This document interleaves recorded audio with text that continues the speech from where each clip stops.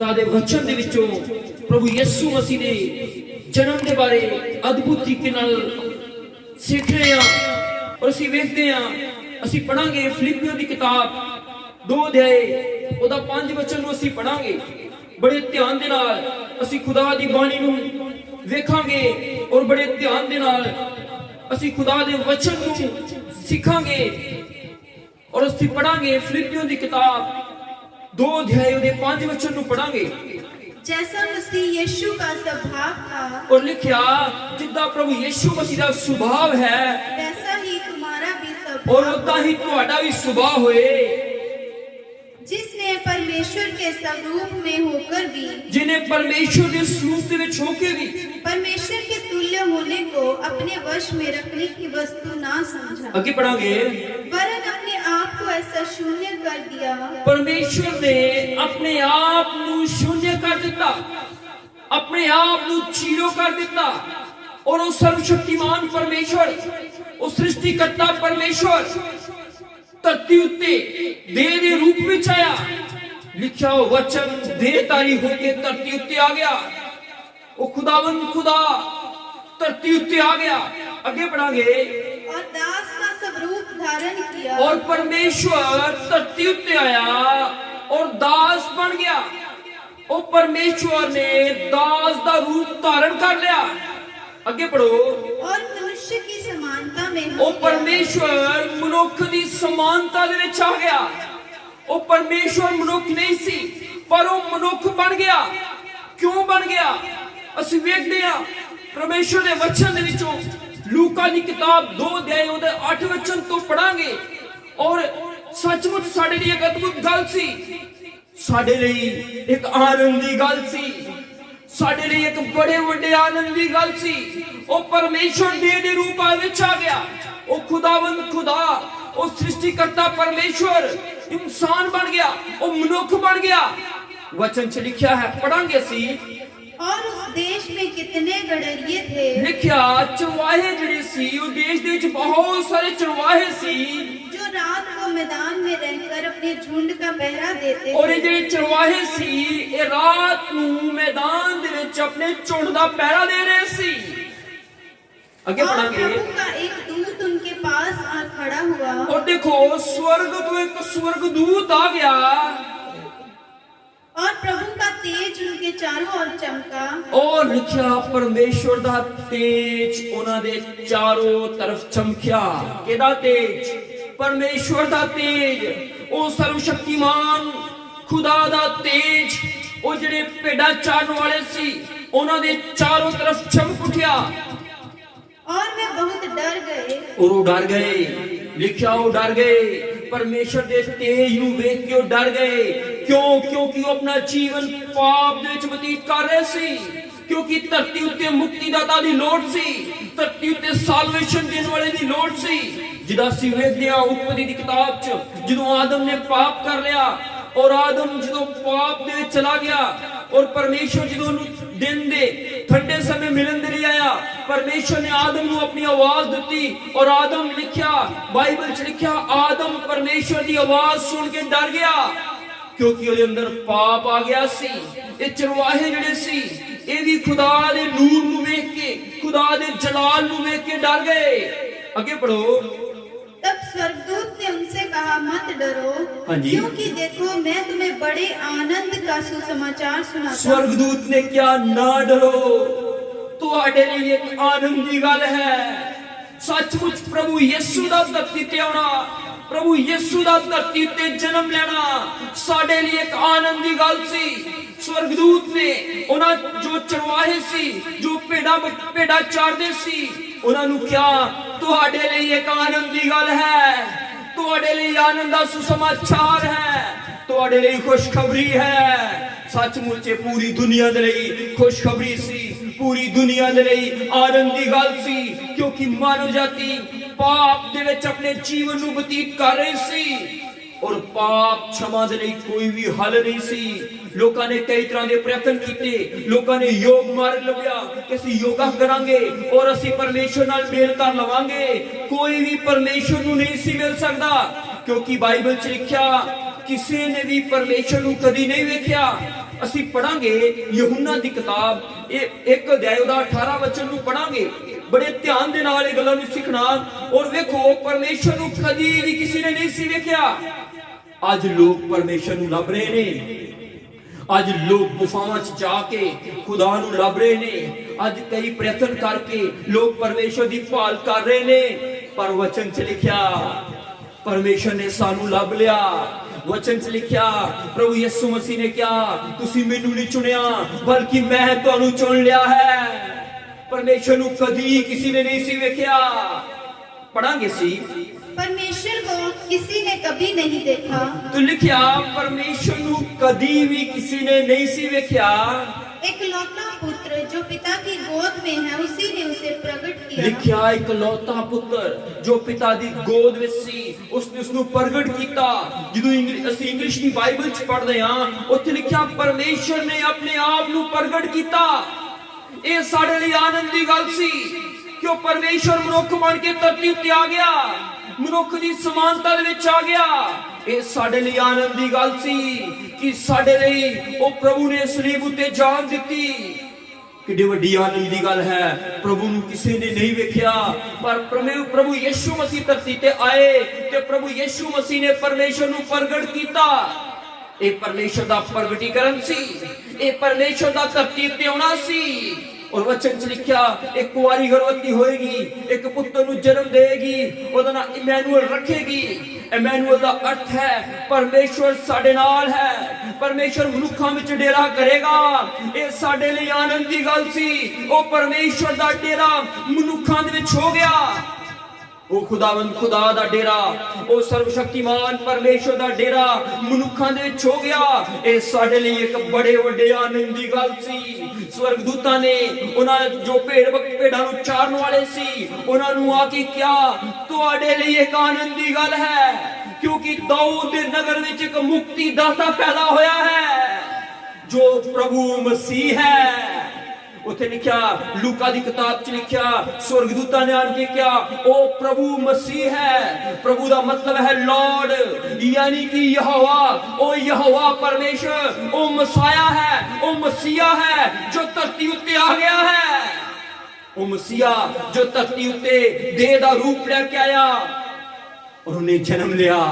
प्रभु यीशु मसीह ने धरती उत्ते जन्म लिया साल्वेशन दे लई मुक्ति दे लई साडे बचाव दे लई क्योंकि मानव जाति पाप दे विच अपना जीवन बतीत कर रही सी। ਜਦੋਂ ਅਸੀਂ ਪੜ੍ਹਦੇ ਹਾਂ ਰੋਮੀਓ ਦੀ ਕਿਤਾਬ 3 ਅਧਿਆਇ ਦਾ 23 ਵਚਨ ਪੜਾਂਗੇ ਬੜੇ ਧਿਆਨ ਦੇ ਨਾਲ ਸੁਣਨਾ ਬੜੇ ਧਿਆਨ ਦੇ ਨਾਲ ਗੱਲਾਂ ਨੂੰ ਸਮਝਣਾ। ਪਰਮੇਸ਼ਰ ਨੂੰ ਕਦੀ ਵੀ ਕਿਸੇ ਨੇ ਨਹੀਂ ਸੀ ਵੇਖਿਆ। ਉਹ ਖੁਦਾਵੰਦ ਖੁਦਾ ਨੂੰ ਕਦੀ ਵੀ ਕਿਸੇ ਨੇ ਨਹੀਂ ਸੀ ਵੇਖਿਆ ਪਰ ਪਰਮੇਸ਼ਰ ਨੇ ਆਪਣੇ ਆਪ ਨੂੰ ਪ੍ਰਗਟ ਕੀਤਾ। ਆਪਣੇ ਆਪ ਨੂੰ ਦੇਹ ਦੇ ਵਿੱਚ ਪ੍ਰਗਟ ਕੀਤਾ। ਪ੍ਰਭੂ ਯਿਸੂ ਦਾ ਪੈਦਾ ਹੋਣਾ ਧਰਤੀ ਉੱਤੇ ਸਾਡੇ ਲਈ ਇੱਕ ਆਨੰਦ ਦੀ ਗੱਲ ਸੀ। ਸਾਡੇ ਲਈ ਇੱਕ ਖੁਸ਼ੀ ਦੀ ਗੱਲ ਸੀ। ਇਹ ਖੁਸ਼ੀ ਦਾ ਸੰਦੇਸ਼ ਸੀ। ਇਹ ਆਨੰਦ ਦਾ ਸੁਸਮਾਚਾਰ ਸੀ। ਪੜਾਂਗੇ इसलिए कि सबने पाप किया है लिखा सारे ने पाप किया और परमेश्वर की महिमा से रहित और लिखा परमेश्वर की महिमा तो रहित हो गए। पूरी मानव जाति पाप दे विच अपने जीवन ਨੂੰ ਬਤੀਤ ਕਰ ਰਹੀ ਸੀ। ਇੱਕ ਪਾਪ ਦੀ ਦੀਵਾਰ ਜਿਹੜੀ ਸੀ ਉਹ ਮਾਨਵ ਜਾਤੀ ਦੇ ਵਿਚਕਾਰ ਔਰ ਪਰਮੇਸ਼ਰ ਦੇ ਵਿਚਕਾਰ ਸੀ। ਕੋਈ ਵੀ ਪਰਮੇਸ਼ਰ ਨੂੰ ਨਹੀਂ ਸੀ ਮਿਲ ਸਕਦਾ।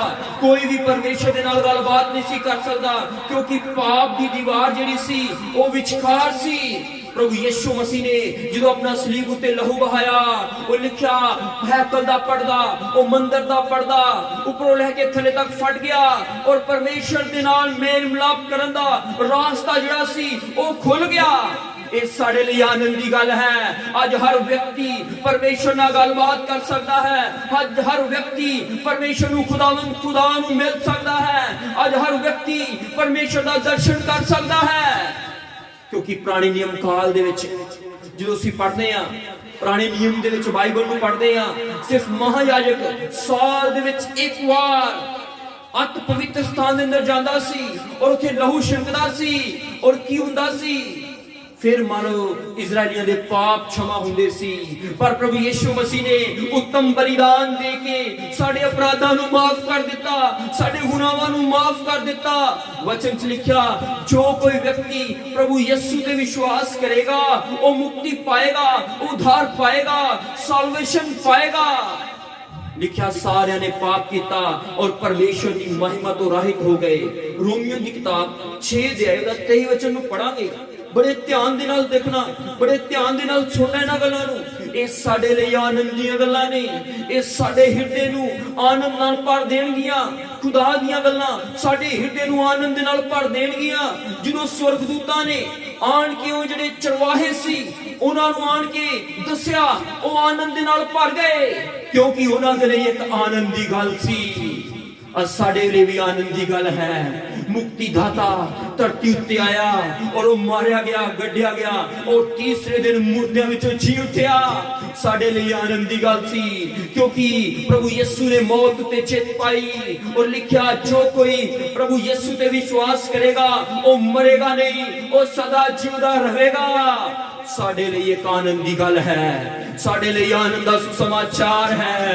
Hallelujah, hallelujah. ਅਸੀਂ ਪੜਾਂਗੇ रोमियो ਦੀ किताब 6 अध्याय ਦਾ 23 वचन ਨੂੰ ਪੜਾਂਗੇ। क्योंकि पाप की मजदूरी तो मृत्यु है। हाँ, लिखिया पाप दी मजदूरी मौत है, पाप दी मजदूरी मृत्यु है। पर आगे पढ़ांगे, परंतु परमेश्वर का वरदान हमारे प्रभु परमेश्वर का वरदान साडे प्रभु मसीह यीशु में अनंत जीवन है। मसीह प्रभु यीशु दे विच अनंत जीवन है। जो कोई प्रभु यीशु ते विश्वास करेगा वो अनंत जीवन पाएगा। ये साडे लिए आनंद दी गल सी, साडे लिए खुशी दी गल सी। ये आनंद दा सुसमाचार सी साडे लिए अनंत जीवन दा रास्ता तैयार हो गया। जो ਅਸੀਂ ਮੱਤੀ ਦੀ ਕਿਤਾਬ ਪੜ੍ਹਦੇ ਹਾਂ, ਮੱਤੀ ਦੀ ਕਿਤਾਬ 2 ਅਧਿਆਇ ਜਦੋਂ ਅਸੀਂ ਪੜ੍ਹਦੇ ਹਾਂ, ਉਹ ਜੋਤਸ਼ੀ ਜਿਹੜੇ ਉਹ ਪ੍ਰਭੂ ਯਿਸੂ ਦੀ ਭਾਲ ਦੇ ਵਿੱਚ ਆਏ, ਉਹ ਪ੍ਰਭੂ ਯਿਸੂ ਮਸੀਹ ਦੇ ਕੋਲ ਆਏ। ਲਿਖਿਆ, ਜਦੋਂ ਉਹਨਾਂ ਨੇ ਪ੍ਰਭੂ ਯਿਸੂ ਮਸੀਹ ਨੂੰ ਮਰੀਮ ਦੇ ਕੋਲ ਵੇਖਿਆ ਕਿ ਉਹਨਾਂ ਨੇ ਰਾਸਤਾ ਬਦਲ ਲਿਆ, ਉਹਨਾਂ ਦਾ ਰਾਸਤਾ ਬਦਲ ਗਿਆ, ਕਿਉਂਕਿ ਉਹਨਾਂ ਨੇ ਯਿਸੂ ਮਸੀਹ ਨੂੰ ਵੇਖ ਲਿਆ ਸੀ। ਅਸੀਂ ਪੜਾਂਗੇ ਮੱਤੀ ਦੀ ਕਿਤਾਬ 2 ਅਧਿਆਇ, ਬੜੇ ਧਿਆਨ ਦੇ ਨਾਲ ਸੁਣਨਾ। मत्ती दी किताब 2 अध्याय ਅਸੀਂ ਪੜਾਂਗੇ ਔਰ ਅਸੀਂ ਵੇਖਾਂਗੇ ਉਹ ਜਿਹੜੇ ਜੋਤਸ਼ੀ ਜਿਹੜੇ ਮਜੂਸੀ ਆਏ ਸੀ ਉਹਨਾਂ ਨੇ ਕੀ ਕੀਤਾ। ਰਾਜਾ ਹੈਰੋਦੇਸ ਨੇ ਉਹਨਾਂ ਨੂੰ ਕਿਹਾ, ਜਦੋਂ ਤੁਹਾਨੂੰ ਮਸੀਹ ਮਿਲ ਜਾਏ ਤੇ ਮੈਨੂੰ ਵੀ ਦੱਸਣਾ, ਜਦੋਂ ਤੁਹਾਨੂੰ ਮਸਾਇਆ ਮਿਲ ਜਾਏ ਤੇ ਮੈਨੂੰ ਵੀ ਦੱਸਣਾ। ਪਰ ਉਹ ਆਪਣੇ ਦੇਸ਼ ਚਲੇ ਗਏ, ਉਹ ਰਾਜੇ ਦੇ ਕੋਲ ਵਾਪਸ ਨਹੀਂ ਆਏ, ਕਿਉਂਕਿ ਉਹਨਾਂ ਨੇ ਮਾਰਗ ਬਦਲ ਲਿਆ, ਉਹਨਾਂ ਨੇ ਰਾਸਤਾ ਬਦਲ ਲਿਆ। ਅਸੀਂ ਪੜਾਂਗੇ, ਹਾਂਜੀ 2 ਦੇ ਦਾ 12 वचन ਨੂੰ ਪੜਾਂਗੇ। ਹਾਂਜੀ 11 वचन ਤੋਂ ਪੜਾਂਗੇ। उन्होंने उस घर में पहुंचकर ਹਾਂਜੀ उस बालक को उसकी माता मरियम के साथ देखा ਹਾਂਜੀ और मुंह के बल गिरकर बालक को प्रणाम ਇੱਥੇ किया। ਲਿਖਿਆ, ਉਹਨਾਂ ਨੇ ਪ੍ਰਭੂ ਯਿਸੂ ਨੂੰ ਵੇਖਿਆ ਔਰ ਪ੍ਰਭੂ ਯਿਸੂ ਦੀ ਵਰਸ਼ਿਪ ਕੀਤੀ। ਜਦੋਂ ਉਹਨਾਂ ਨੇ ਪ੍ਰਭੂ ਯਿਸੂ ਮਸੀਹ ਨੂੰ ਵੇਖਿਆ, ਕਿਉਂਕਿ ਉਹ ਯਹੂਦੀਆਂ ਦੇ ਰਾਜੇ ਦੀ ਭਾਲ ਵਿੱਚ ਆਏ ਸੀ। ਜਦੋਂ ਉਹਨਾਂ ਨੂੰ ਮਸੀਹ ਮਿਲ ਗਿਆ, ਜਦੋਂ ਉਹਨਾਂ ਨੂੰ ਪ੍ਰਭੂ ਯਿਸੂ ਮਿਲ ਗਿਆ ਤੇ ਕੀ ਹੋਇਆ, ਅੱਗੇ ਪੜਾਂਗੇ। और मुंह के बल गिरकर बालक को प्रणाम किया हाँ जी, आगे पढ़ांगे। और अपना अपना थैला खोलकर उसको सोना और लोबान और गंधरस की भेंट चढ़ाई। हाँ जी, आगे पढ़ांगे। तब स्वप्न में यह चेतावनी पाकर हाँ जी। कि हेरोदेस के पास फिर ना जाना, हाँ जी। वह दूसरे मार्ग से अपने देश को चले गए। हालेलुया। उन्होंने मार्ग बदल लिया, वो दूसरे मार्ग थानी चले गए। जो प्रभु यीशु उन्होंने वेख्या, जो प्रभु यीशु का दर्शन उन्होंने वेख्या, उन्होंने रास्ता बदल गया। जो असी प्रभु यीशु मसीह नूं वेखदे हां, जो असी प्रभु यीशु मसीह नूं जानदे हां, जो असी प्रभु यीशु दी वर्शिप करदे हां, साडा मार्ग बदल जांदा है, साडा मन बदल जांदा है। ये साडे लई आनंद दी गल है, ये साडे लई आनंद दा सुसमाचार है। अद्भुत गल है। पढ़ांगे प्रकाश की पोथी 4 अध्याय 21 अध्याय दा 4 वचन ਨੂੰ ਪੜਾਂਗੇ। अद्भुत खुदा साडे जीवन च काम करदा है। परमेश्वर अद्भुत गल्लां ਨੂੰ साडे जीवन च उड़ेलदा है। बड़े ध्यान दे नाल सुनना। पढ़ांगे, वह उनकी आंखों से सब आंसू पोंछ लिखिया, डालेगा। ਜਦੋਂ ਅਸੀਂ स्वर्ग चले जावांगे ਉਹ ਪ੍ਰਭੂ ਸਾਡੀਆਂ ਅੱਖਾਂ ਤੋਂ ਸਾਰੇ ਅਥਰੂ ਪੂੰਝ ਦੇਵੇਗਾ। ਸਾਡੇ ਲਈ ਆਨੰਦ ਦੀ ਗੱਲ ਹੈ, ਸਾਡੇ ਲਈ ਆਨੰਦ ਦਾ ਸੁਸਮਾਚਾਰ है। आगे पढ़ांगे। और इसके बाद मृत्यु ना रहे। लिखिया इस तो बाद मृत्यु नहीं होएगी, इस तो बाद कभी भी मौत नहीं होएगी। साडे लिए आनंद दी गल है, साडे लिए आनंद दा सुसमाचार है। इस तो बाद कभी भी मौत नहीं होएगी। ਜਦੋਂ ਅਸੀਂ स्वर्ग चले जावांगे कभी भी मौत नहीं होएगी। साडे लिए आनंद दी गल है। अगे पढ़ांगे, और ना शोक ना विलाप ना लिखा है, पीड़ा ना शौक होएगा, ना दुख होएगा, ना विलाप होएगा, ना पीड़ावां होणगियां। साडे लिए आनंद दी गल है। प्रभु यीशु दा धरती उत्ते जन्म लेना साडे लिए एक आनंद दी गल है। ये आनंद दा सुसमाचार है। ਅਸੀਂ स्वर्ग चले जावांगे। की होएगा ਜਦੋਂ प्रभु यीशु मसीह बदलां दे उत्ते आएगा, कब्रां खोल जाणगियां। पढ़ांगे पहला थिस्सलुनीकियों 4 अध्याय ਉਹਦਾ 16 और 17 वचन पढ़ांगे। बड़े ध्यान दे नाल सुनना। साडे ਲਈ एक ਵੱਡੇ आनंद दी गल है। प्रभु यीशु दा धरती उत्ते आउणा, प्रभु यीशु दा धरती उत्ते जन्म लेना साडे ਲਈ एक अद्भुत आनंद दी गल है। पढ़ांगे, क्योंकि प्रभु आप ही स्वर्ग से उतरेगा। लिखिया प्रभु आप ही स्वर्ग तो उतरेगा। उस समय ललकार और प्रधान दूत का शब्द सुनाई देगा। उस समय ललकार और प्रधान दूत का शब्द सुनाई देगा। और पहले परमेश्वर की तुरी फूकी जाएगी। लिखिया परमेश्वर की तुरी फूकी जाएगी। और जो मसीह में मरे हैं वे पहले जी उठेंगे। जो मसीह दे विच होके मर गए ने ओ जी उठणगे। साडे ਲਈ आनंद दी गल है। ਅਸੀਂ ਮੁਰਦਿਆਂ ਵਿੱਚੋਂ ਜੀ ਉਠਾਂਗੇ। अगर ਅਸੀਂ कबर ਵਿੱਚ ਵੀ ਚਲੇ ਜਾਵਾਂਗੇ, कबर ਸਾਨੂੰ रोक नहीं सकेगी, कबर कलीसिया ਨੂੰ रोक नहीं सकेगी। क्योंकि लिखिया कबरां खुल जाणगीਆਂ और मरे होए संत ਜਿਹੜੇ ਨੇ ਉਹ ਉਠਾਏ ਜਾਣਗੇ। साडे लिए एक आनंद दी गल है। साडे लिए एक ਵੱਡੇ आनंद दी गल है।